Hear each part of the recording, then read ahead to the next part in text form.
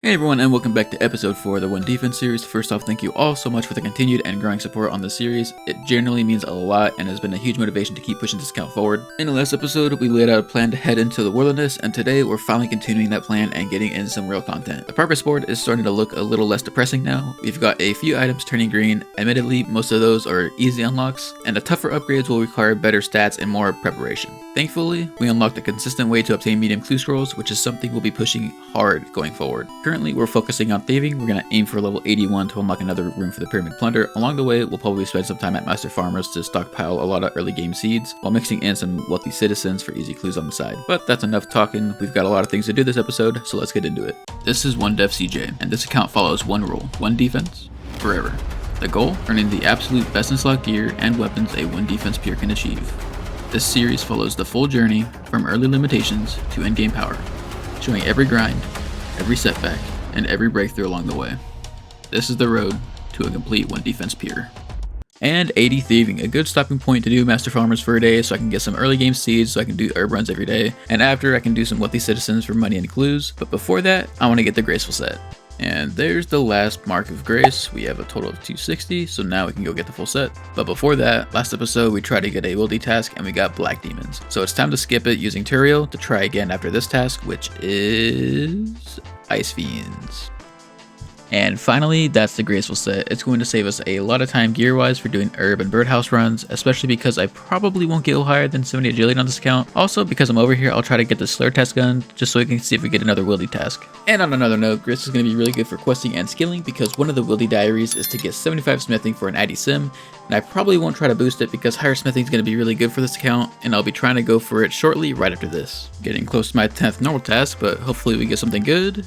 And Fire Giants, that's another skip because it's deep wildy. It's nice to have protection prayers because some people have actually died here. And here's Ice Gloves, which will be very helpful for Giant's Foundry and Blast Furnace. While mining shooting stars, I got 2 hard clues, but one is deep wildy step, so want to see if I can try to do this one before I even attempt that one with the scout. And it looks like I can do this one. Nice. While I get to this step, I may as well skip the wildy task and try to get something better.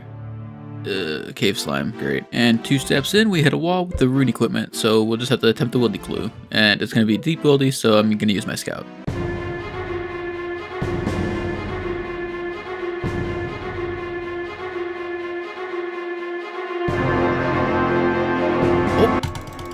Oh, okay. He's not wearing anything. Maybe he was a scout or just doing something. I'm not pretty sure. And now we are safe and sound, completely alive. Well, it's a doable clue, but we need to do some quests to get there. Luckily, I plan on wanting to do the Elven quest line, so this is going to be very nice, but later in the video probably. Sleeping Giants completed. Now we can use the gold we've gathered alongside with the Graceful and Ice Gloves to get our smithing up closer to 75. Here, I want to get the double cannon mold because we'll be using a lot of cannonballs and the Colossal Blade. But first, we need the materials. For materials, I'm just going to be using steel and mithril battle axes and warhammers. They're really easy to get right next to the bank at Mount Karloon. Once all of these are done, we should be pretty much breaking even after spending 1.1 mil.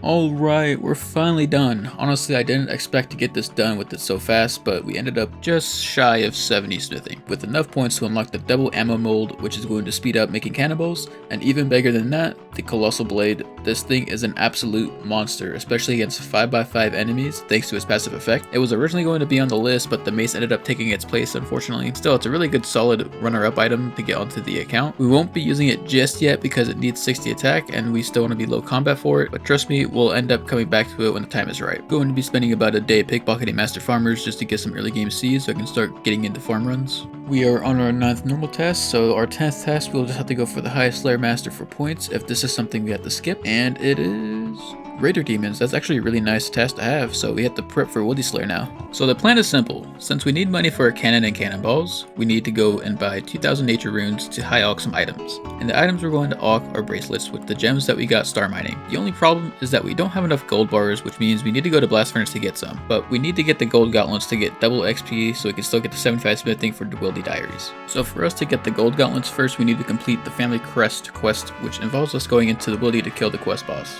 Oh. No way, I just panic tele to a Chaos Druid. Family quest completed. Now we can go get the gold gauntlets. And now that we have the gold gauntlets, now we can go to Blast Furnace finally and get the gold ore. I like it when a plan is working smoothly. 600. We're going to be spending our Stardust to try to get higher tier gems for high alch value and hopefully get more Dragon Stones. 12 extra Dragon Stones to make into the Ring of Wealth. Nice. Let's go ahead and make all these gold bars now. Deja vu, I just been in this place before. Higher on the street and I know it's my time to go. I forgot how fast Blast Furnace is. That took no time at all, but I'm sure these bracelets will take a while. Okay, after a few hours later, we are done with all the bracelets. Let's go ahead and off them while doing agility. 65 magic and a huge level 70 agility. I probably won't be training agility ever again. Now we can drink the Mind Bomb and get a +3 boost to enchant these rings, and we will have to charge them later. But look at this cash deck now. We're at 2.3 mil and we started with 1.1 mil. And this video is kind of lacking some quests. And after a few small favors later, one small favor is completed, and we get 2 antique lamps that we'll both use on Herblore to get us to 40 Herblore. And with us having 40 Herblore, we are able to make our very first prayer potion. I remember when I was a kid doing this quest for the first time, I had I think 35 agility and... oh wait, is this about to be the same path? Of course it's the last tile. But doing these jumps were a nightmare. I came back so many times with food. But now that we're here with high agility and thieving, it's just a cakewalk. Every jump I'm doing, I'm just not even worrying about falling. Underground pass is completed. Let's go ahead right into Regicide. Again, not even worrying about these jumps. Like this one, like that one, like this one, like that. We don't talk about that.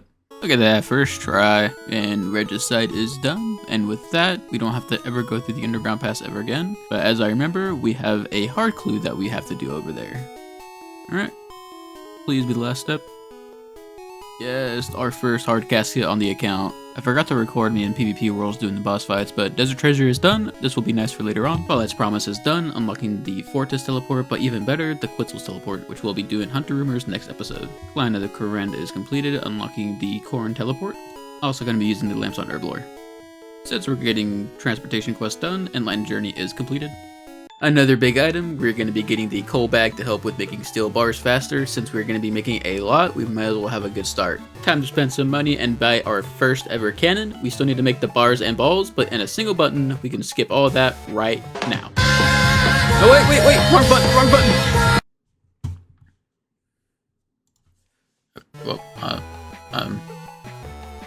Alright, well, there's our cannonballs. We have one thing left to do, and charge all of our Ring of Wealths over at the Fountain River. And with a little help from my main, all of our Ring of Wealths are charged. Now we can finally stop procrastinating and do some Wildy Slayer. Alright, no turning back now. Let's go ahead and do this. I also changed my Ring of Wealth to 1 click to Grand Exchange. Alright, all set up and ready to go. I'll show you guys some updates along the way. Oh! Oh my god, I wasn't prepared. I need to get the Wilderness plugin. He couldn't even attack me. But still. 30 Slayer. Oh.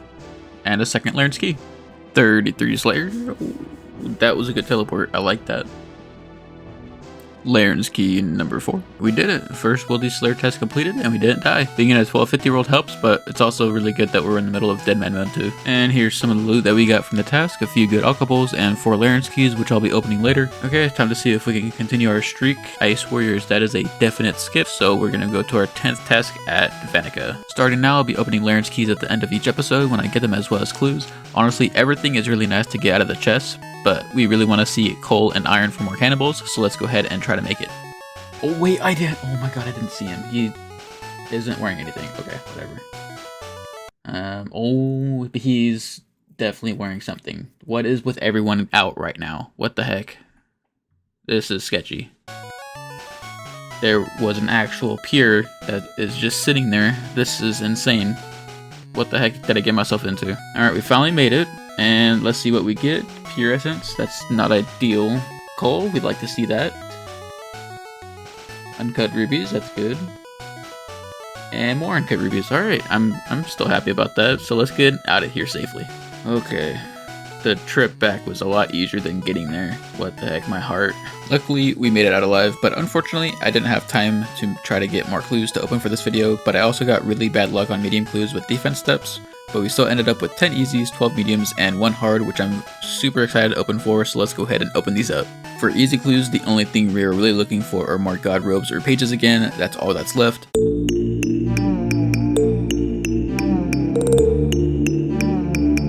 Medium clues, the only thing we are looking for are any god heads or cape pieces and all the boots. Oh my god, yes, a miter. We can actually cross off another item off the board. I honestly thought this video was going to be the first time that nothing got crossed off. Oh, I'm so happy.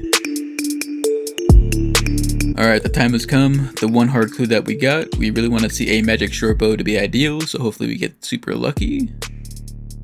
And we're never lucky. And that's kind of wrap up this video. We made a ton of progress this episode, and I even started Woody Slayer, which is something I really never done before. Next episode should be even better though. More content will be unlocked. We'll finally be able to start jumping into some bosses. The videos in theory will be longer too, as things really open up, because that's something you all really wanted. So if you enjoyed the video, make sure to drop a like. Let me know what your favorite part is in the comments. And if you're enjoying this series, hit that subscribe button. My goal is 1K subs, and once we hit that, I'll start streaming on Kick. Thanks for watching, and I'll see you all in the next one, where we tackle the Wildy Diaries.